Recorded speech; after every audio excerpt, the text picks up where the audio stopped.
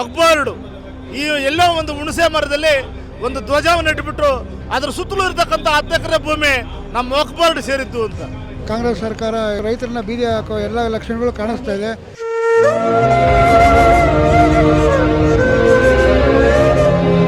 ಇವತ್ತು ಹಿಂದೂಗಳನ್ನ ಈ ರಾಜ್ಯದಿಂದ ಒಕ್ಕಲೆಬ್ಬಿಸುವಂತ ಕೆಲಸ ಮಾಡ್ತಾ ಇದ್ದಾರೆ. ಒಗ್ಗಟ್ಟು ಬರ್ಕಂತ ಇಲ್ಲ, ಸರ್ಕಾರದವರೇ ಬರ್ಸ್ತಾ ಇದ್ದಾರೆ. ರೈತರಿಗೆ ಮತ್ತು ಹಿಂದುತ್ವಕ್ಕೆ ಉಳಿಗಾಲ ಅನ್ನೋ ಮಟ್ಟಕ್ಕೆ ಬಂದೈತೆ. ಸರ್ಕಾರವೇ ಒಂದು ಹುಚ್ಚು ಸರ್ಕಾರ. ಯಾವ ರೀತಿ ರೈತರನ್ನು ಲೂಟಿ ಮಾಡ್ತಾ ಇದ್ದಾರೆ ಅಂತ ಹೇಳಿದ್ರೆ ಅವರು ಇರೋ ನಿಂತ ಕಡೆನೇ ಸಾವು, ಅಲ್ಲೇ ಸಾಯಬೇಕು ಅಂತ ಪರಿಸ್ಥಿತಿ ನಿರ್ಮಾಣ ಆಗಿದೆ. ಸರ್, ರೈತರ ಭೂಮಿ ಮಠ ಮಾನ್ಯಗಳನ್ನ ವಕ್ಫ್ ತನ್ನ ಹೆಸರಿಗೆ ಬರ್ಸ್ಕೊಳ್ತಾ ಇದೆ. ಏನ್ ಹೇಳಕ್ ಇಷ್ಟಪಡ್ತೀರಾ ಸರ್ಕಾರಕ್ಕೆ? ರೈತರ ಆಸ್ತಿಗಳನ್ನು ಮಠಮಾನ್ಯಗಳ ಆಸ್ತಿಗಳನ್ನು ಈಗಿನ ಸರ್ಕಾರ ವಕ್ಫ್ ಮಂಡಳಿಯ ಆಸ್ತಿ ಅಂತ ಹೇಳಿಬಿಟ್ಟು ಪ್ರತಿ ತಾಲೂಕಿನಲ್ಲಿ ಕೂಡ ರಾಜ್ಯದ ಉದ್ದ ಅಗಲಕ್ಕೂ ಕೂಡ ನಮ್ಮ ರೈತರ ಜಮೀನುಗಳನ್ನು, ಮಠಮಾನ್ಯಗಳ ಜಮೀನುಗಳನ್ನು, ಶಾಲಾ ಕಾಲೇಜುಗಳ ಜಮೀನುಗಳನ್ನು, ದೇವಾಲಯಗಳ ಜಮೀನುಗಳನ್ನು ಸಹ ವಕ್ಫ್ ಮಂಡಳಿಗೆ ಸೇರಿಸಿರುವುದು ಇದು ಒಂದು ದೊಡ್ಡ ದುರಾದೃಷ್ಟದ ಒಂದು ಸಂಗತಿ. ಒಕ್ಕನ್ನು ಒಂದು ಭೂತ ಇಡೀ ಕರ್ನಾಟಕ ರಾಜ್ಯದಲ್ಲಿ ಈ ಕಾಂಗ್ರೆಸ್ ಸರ್ಕಾರದ ಕೃಪಾಪೋಷಿತ ನಾಟಕದಿಂದ ಇವತ್ತು ರೈತರು ಅಲ್ಲೋಲ ಕಲ್ಲೋಲವಾಗಿ ಇವತ್ತು ಪ್ರತಿದಿನ ಎದ್ರೆ ದೇವ್ರ ಮುಖ ನೋಡೋಕೆ ಮೊದಲು ರೈತರು ತಮ್ಮ ಪಾಣಿ ಚೆಕ್ ಮಾಡೋ ಅಂಥ ಒಂದು ದುಸ್ಥಿತಿಯನ್ನು ಈ ಕರ್ನಾಟಕದ ಏನು ಈ ಭ್ರಷ್ಟ ಕಾಂಗ್ರೆಸ್ ಸರ್ಕಾರದ ಜವಾಬ್ದಾರಿ ಹೊತ್ತಿರ್ತಕ್ಕಂಥ ಸಿದ್ದರಾಮಯ್ಯನವರು ಮತ್ತು ಜಮೀರ್ ಅಹಮದ್ ಖಾನ್ರು ಇವತ್ತು ಒಂದು ಸಮುದಾಯವನ್ನು ಓಲೈಕೆ ಮಾಡೋದಕ್ಕೆ ಇವತ್ತು ಹಿಂದೂಗಳನ್ನು ಈ ರಾಜ್ಯದಿಂದ ಒಕ್ಕಲೆಬ್ಬಿಸುವಂಥ ಕೆಲಸ ಮಾಡ್ತಾ ಇದ್ದಾರೆ. ಕರ್ನಾಟಕದಲ್ಲಿ ಸಾವಿರಾರು ವರ್ಷಗಳಿಂದ ಬಂದಿರುವಂಥ ರೈತರ ಆಸ್ತಿನ ಏಕಾಏಕಿ ಬಂದು ಇವರು ವಕ್ಫ್ ಆಸ್ತಿ ಅಂತ ಕಬಳಿಸ್ತಕ್ಕೆ ಬಂದಿದೆ.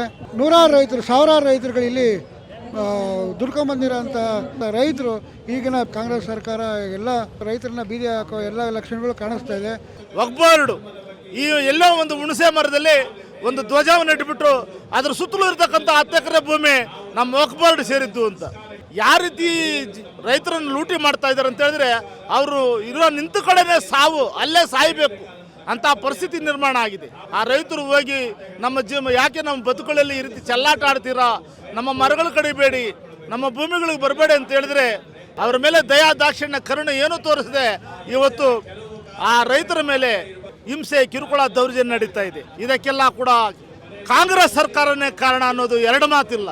ಇಡೀ ಸ್ವಾತಂತ್ರ್ಯ ಬಂದಾಗಲಿಂದಲೂ ಕೂಡ ಅವರು ಉಳಿಸ್ಕೊಂಡು ಬೆಳೆಸ್ಕೊಂಡು ಬಂದಿರತಕ್ಕಂಥ ಅವರ ಆಸ್ತಿಗಳು, ಮಾನ ಪ್ರಾಣಗಳನ್ನು ಇವತ್ತು ಬೀದಿಗೆ ತಂದು ಎಳೆದಾಕಿದ್ದಾರೆ.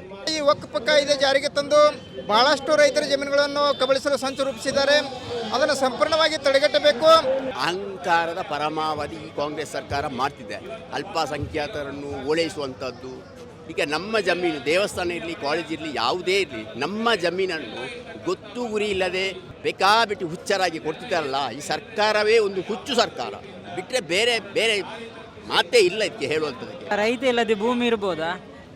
ಎಷ್ಟೇ ದೊಡ್ಡ ವ್ಯಕ್ತಿಯಾದರೂ ರೈತ ದುಡಿದ ಅನ್ನವನ್ನೇ ತಿನ್ನೋದು. ಯಾವ ದೇವರಿಗೆ ನೈವೇದ್ಯ ಮಾಡಬೇಕಾದರೂ ರೈತ ದುಡಿದ ನೈವೇದ್ಯವನ್ನೇ ಕೊಡಬೇಕು. ಅಂದ ಮೇಲೆ ಈ ರೈತನ ಭೂಮಿಯನ್ನೇ ಕಿತ್ತುಕೊಂಡ್ರೆ ನಾವೆಲ್ಲಿ ಹೋಗಬೇಕು?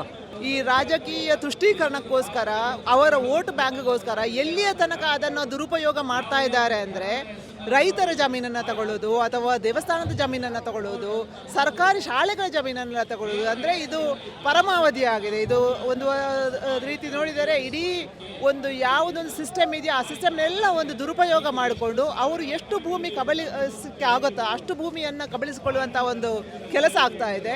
ವಕ್ಫ್ ಬೋರ್ಡ್ ಅನ್ನೋದು ಇಡೀ ಬರೀ ನಮ್ಮ ರಾಜ್ಯದಲ್ಲೇ ಅಂತಲ್ಲ, ಇಡೀ ನಮ್ಮ ದೇಶದಲ್ಲಿ ಕೂಡ ಅವರು ಎಲ್ಲಂದರೆ ಅಲ್ಲಿ ಅವರು ತಮ್ಮ ಪ್ರಭಾವವನ್ನು ತುಂಬಾ ಬೀರ್ತಾ ಇದ್ದಾರೆ. ಯಾಕಂದರೆ ಇಷ್ಟು ದಿನ ಸುಮ್ಮನೆ ಇದ್ದರು, BJP ಸರ್ಕಾರ ಇತ್ತು, ಈಗ ಕಾಂಗ್ರೆಸ್ ಸರ್ಕಾರ ಬಂದಿದೆ, ಅವರಿಗೆ ಒಂದಷ್ಟು ಬೆಂಬಲ ಸಿಕ್ಕಂತಾಗಿದೆ. ಅವ್ರು ಏನೇ ಮಾಡಿದ್ರು ತೊಗೊಂಡಿರೋಂಥ ನಿರ್ಧಾರಗಳು ಎಲ್ಲ ಸರಿ ಅಂತ ಅವರು ಭಾವಿಸ್ಕೊತಾ ಇದ್ದಾರೆ.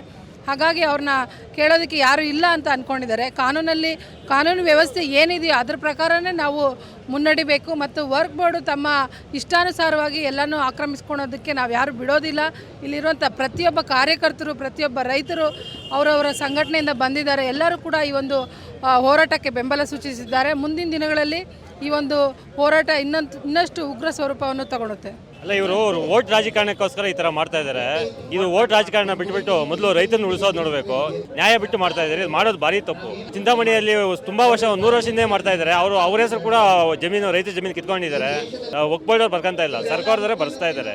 ನಾವು 50-60 ವರ್ಷಗಳಿಂದ ಏನು ಉಳುಮೆ ಮಾಡ್ಕೊಂಡು ಜೀವನ ಮಾಡ್ಕೊತಾ ಇದ್ವಿ, ವ್ಯವಸಾಯ ಮಾಡ್ತಾ ಇದ್ದೀವಿ. ಅಂಥ ಭೂಮಿಯನ್ನು ಅರಣ್ಯಕ್ಕೆ ಸೇರಿಸೋದಾಗಲಿ, ವಕ್ಫ್ ಬೋರ್ಡ್ಗೆ ಸೇರಿಸೋದಾಗಲಿ ಈ ಥರ ಕಾನೂನು ತಗೊಂಡು ಮಾಡ್ತಾ ಇದ್ದಾರೆ. ಅದ್ರ ವಿರುದ್ಧ ನಾವೇನು ಇವಾಗ ಹೋರಾಟ ಮಾಡ್ತಾ ಇದ್ದೀವಿ. ಆ ಹೋರಾಟಕ್ಕೆ ಫಲ ಸಿಗಬೇಕು, ಜಯ ಸಿಗಬೇಕು ಅಂತಂದ್ಬಿಟ್ಟು ಇಲ್ಲಿ ನೆರೆದಿದ್ದೀವಿ ನಾವು. ಏನು ಈ ವಕ್ಫ್ ಬೋರ್ಡ್ ಆಸ್ತಿ ದೇವಾಲಯಗಳು, ಮಠಮಾನ್ಯಗಳು, ಏನು ಶಾಲೆಗಳು ಇವಕ್ಕೆಲ್ಲ ಆವರಿಸ್ಕೊಂಡೈತೆ. ಮುಂದಿನ ದಿನಗಳಲ್ಲಿ ರೈತರಿಗೆ ಮತ್ತು ಹಿಂದುತ್ವಕ್ಕೆ ಉಳಿಗಾಲ ಅನ್ನೋ ಮಟ್ಟಕ್ಕೆ ಬಂದೈತೆ. ದಯವಿಟ್ಟು ಎಲ್ಲ ರೈತರಾಗಿ ಉಳಿಸೋದಕ್ಕೆ ಬಿಡಿ.